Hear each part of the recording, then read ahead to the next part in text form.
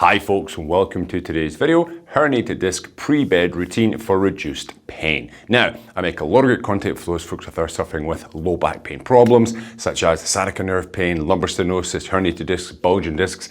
If that is you, then hit that subscribe button. You're going to be notified and upload some great content to YouTube to get you back on the road to pain-free recovery. But without further ado, let's get into today's video.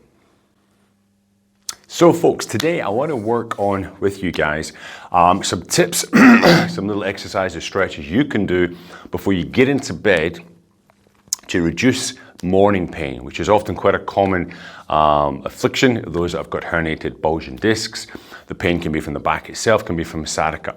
Now, some of this can be down to the bed, to the mattress you're sleeping on, I understand that, but sometimes it's what we've done the day before. We don't set the body in a good position before we go to sleep, and it's just compounded the next morning, or even when we're trying to sleep, we can't sleep because of the pain.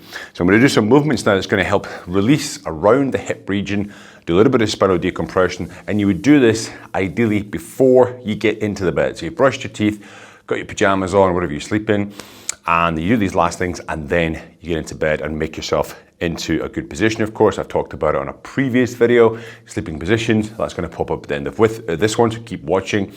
Getting pillows between your knees, I'll put here under your arm, shoulder, ear area to put yourself in a good position. Okay, so let's jump in. All right, we're going to be stretching first the front of your thighs. This could be rectus femoris and the iliopsoas. Now, generally today, we spend a lot more time sitting than we used to, be it office work, be it driving to work, and when we get home we tend to sit and just watch the TV, Amazon, Netflix, Disney, or whatever. When we sit, we tend to tighten up the muscles at the top part of our thigh, and then when we lie down, those muscles pull on our lower back, which can create a bit more excessive extension, which, if we do have herniated bulging disc, sciatica nerve pain, can exacerbate the problem. Okay, so we're going to jump into rectus femoris. It's the top part of your thigh here. Now, set up for this, you want to use a cushion, a pillow, quite a thick mat, because your knee is going to be directly on the floor here. And I'm going to show you at a slight angle so you can see what's going on. So I'm on this one knee here. Now I want a good stable base of support, so I don't have my foot, directly in line, so I'm going to be wobbling and falling over. Base of support. Now we're going to be reaching and catching the back leg here, and we come up into this balanced position. Now for most people, all you need to do from here, if I squeeze my glutes and tuck my tail under, I feel a deep stretch around the front part of my thigh. And that's all you need to do, is just hold that stretch. You don't feel it, okay? I want you to take your arm, rotate your arm externally like so, 45 degrees, and push up towards the ceiling as you keep squeezing the glute under, and you feel that stretch even more in the top part of your thigh. Now you want to hold this stretch 15 to 30 seconds and relax, okay? Now some people might struggle with catching the foot, and you may have seen a variation of this before, whereby you could have a wall behind you or a chair or something, and you come in, you sort of go forward, put your foot up on the wall, put your knee on the ground, okay? You come into this position, and then the more I bring myself upright, the more I feel the stretch down here. Not quite as effective as the one I just showed you, but if you're lacking mobility to catch that leg, then I would suggest trying this one, okay? So let's do the other side so you can see both sides. So it's going to be the left one now. So I put my knee on here, got my wide base of support. I come around, I catch this back leg here. I come up, I squeeze my glutes. I can feel that stretch right down the front there. That's all I need. If I rotate my back leg inward, I can feel it an even deeper stretch. I keep pulling on that leg, my toe behind me here, squeezing the glute under, and it's a real deep stretch into that front part of the thigh. I want to feel it more. Take my arm, externally rotate, 45 degrees, and I push away like that and hold in. Don't forget, don't tense up your facial muscles, keep breathing. Okay, 15 to 30 seconds, relax. All right, now we're going to move into the iliopsoas. So I'm going to use a hip flexor muscle. I'll show you front on and side on. To do the right one, here, nice wide base of support. I'm going to be internally rotating my right femur. To do that, I kick out my back leg. That rotates my femur inward. I squeeze my glutes and tuck my tail under. That normally starts to bring in a bit of tension. Front part of your thigh, same kind of regions you felt before. Take my two hands, rotate them so the thumbs are pointing away from each other. Nice and tall. I'm going to project my arms forwards, push my arms forward. As the same time as that tension, I maintain that tension.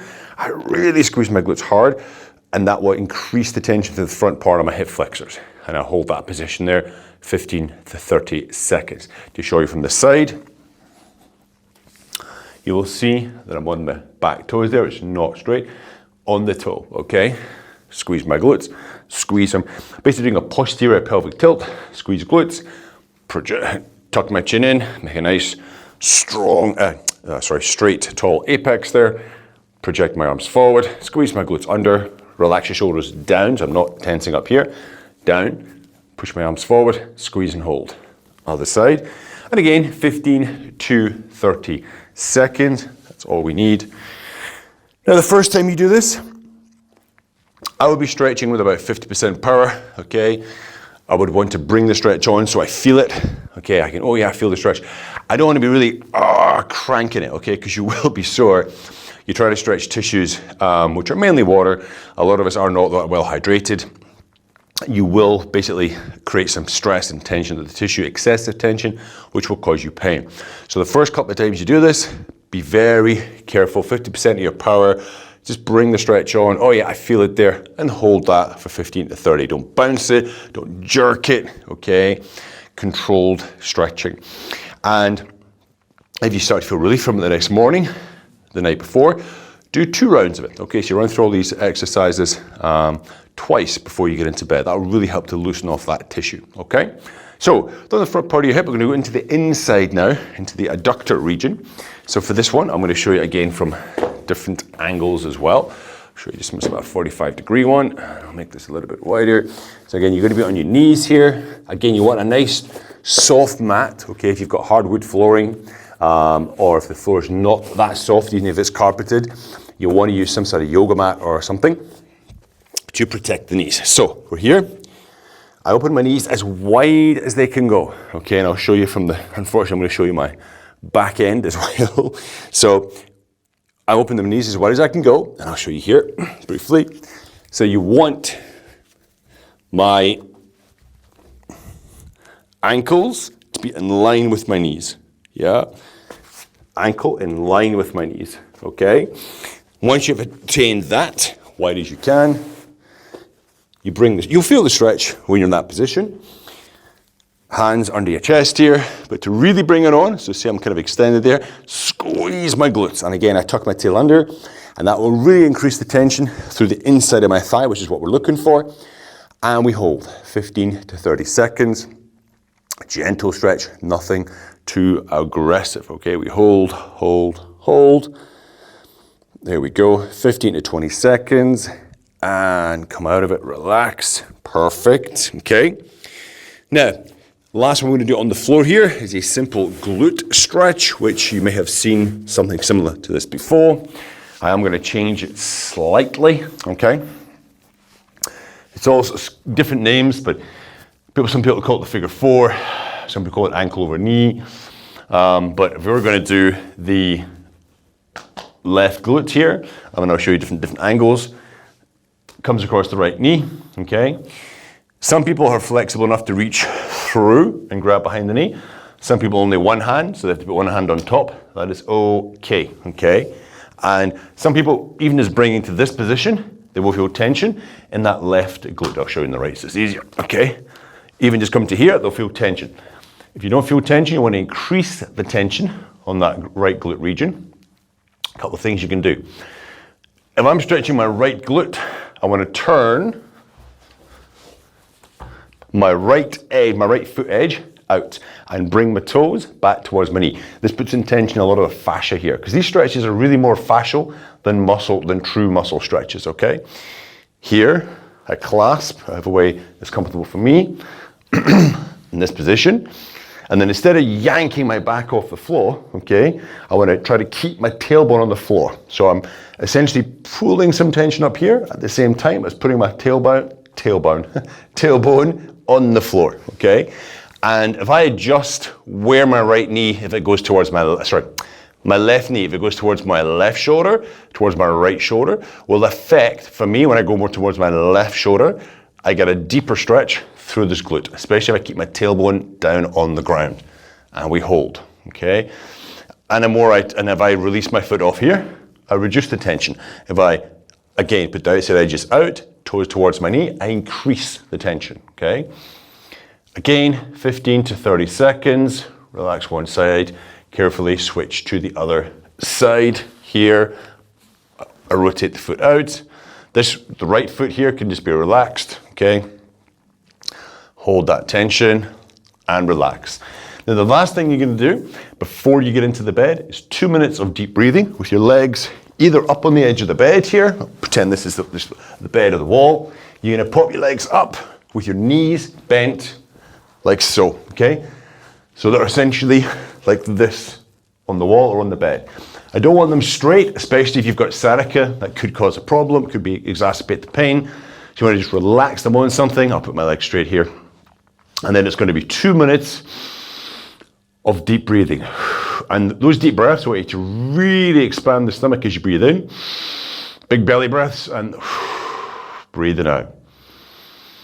And just slow, controlled breathing. This is going to help decompress the spine awfully before you get into bed, okay? So 2 minutes of that. So guys, you get about 3 minutes of stretching, 2 minutes a little bit of decompression, okay? Get into bed, let me know how you're feeling, okay? If that improves the pain, makes you feel better in the morning, or if you can sleep better. Simple 5-minute little tips there to help you with sort of pre-bed routine. Don't forget the other video is going to pop up soon about positions for sleeping with herniated disc, sciatica, nerve pain. So check that out when it pops up. Again, any questions, comments, hit me up in the description down below. Don't forget, of course, to like, share, and subscribe. And I'll see you next time. Have a great day.